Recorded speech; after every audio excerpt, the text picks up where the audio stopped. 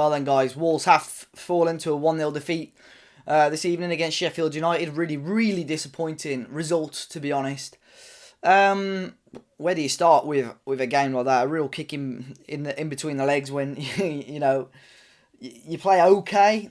I'll say we played okay, and for Sheffield United, who are a team that are in and around us at the moment, right up behind us now after that victory, and for us to concede with arguably the last attack of the game, it says something. But we'll start as we normally do. Well, as always, let me know your thoughts in the comment section down below. Be sure to hit the like button down below and subscribe to the channel.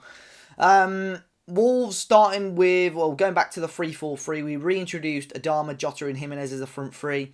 We saw Neves and Moutinho partner each other again. Doc and Johnny as the wing backs, and we saw Bolly, Sace and Cody as a back three with Patricio in goal.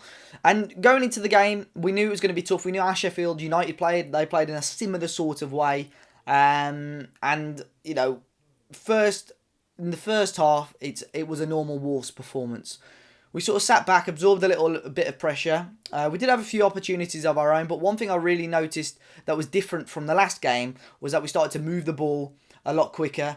We started to, try and start moves a bit faster.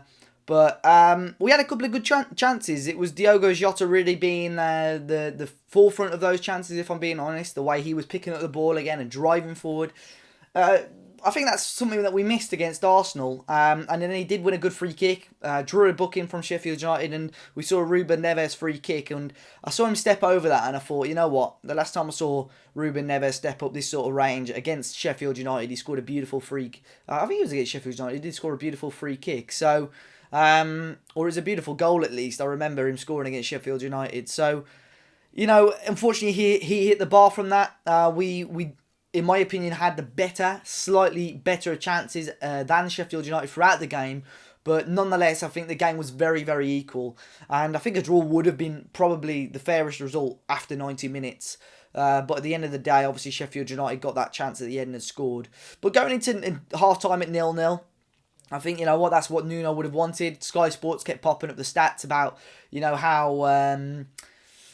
how well Wolves have been and been doing in the second half. And to be honest, we started growing into the second half as well. Coming up towards the sort of middle point of the second half, towards the water break, we're seeing similar sort of things. Wolves trying to speed up the game. Again, there were parts where we were quite sloppy, and that was a downfall of us trying to play a little bit quicker. One thing I noticed, the first touch of the front three was just a little bit off. I think Jimenez and Jota could have been trapping the ball a little bit better, and obviously we could have been away a bit more, but the wet surface didn't make it any easier, and other players were slipping about quite a bit. Adama again, I think I said a similar sort of thing in the Arsenal review, just holding on to the ball that little bit too long.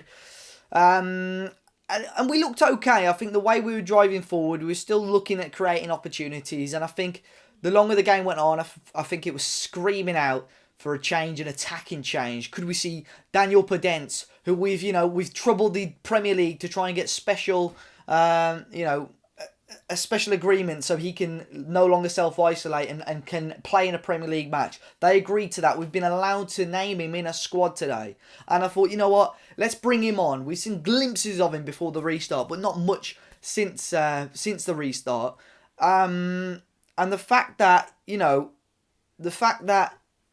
we're screaming out for an attacking change. You've even got the likes of Morgan Gibbs-White who could come on in the middle and drive the ball forward. You've got the likes of Leonardo Campana, who's going to be a player who wants to come on and prove something. And Nuno makes a change that I don't think any of us expected. To bring off Adama Traore, okay, he might have had a knock, he might have had a slight shoulder issue, and bring on Leander Dendoncker to shore up the midfield. That would be a change that me personally, I'd be making if we 1-0 up or 2-0 up. Not when it's 0-0 and there's still a lot to play for. I can't blame that on us dropping the game, but I can blame that change on us not scoring a goal today. Because genuinely, going into that last 20-25 minutes, Wolves looked like they could create something.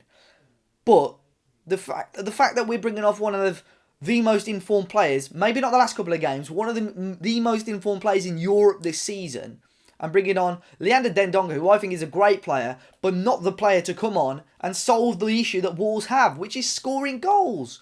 If defensively we're sound, we could, if we really wanted to, I know we could be one of the most compact and organised defensive units in the league, and we could concede very little goals.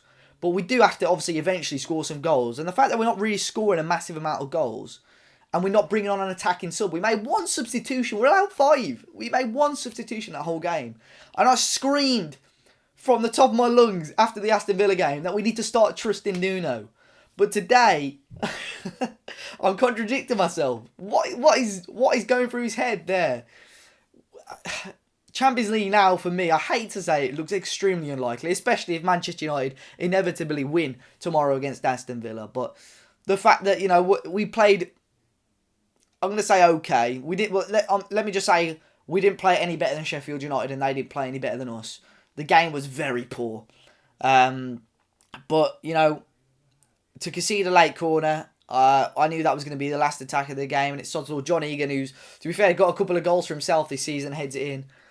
Really, really frustrating for Wolves not to get anything out of that game again, and we continue now, tough end towards the season. I think genuinely now it's a little bit of a worry. Arsenal right up behind us, Spurs back up. They've all caught that gap up, especially if Spurs win their game in hand. They've all caught us up now.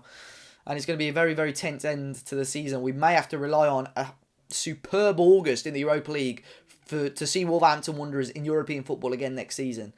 Don't get me wrong, we are in an unbelievable position. If someone said to me that after we qualify for the Europa League this year, we'll be in the Europa League again next year, I would have taken it. I would have snatched your arm off. But it's because we're at a point and we're at touching distance of the top 4. We need to think of something now to change up to get a result against Everton, guys. Unfortunately, Wolves fall into a 1-0 defeat against Sheffield United. Let me know your thoughts in the comment section down below.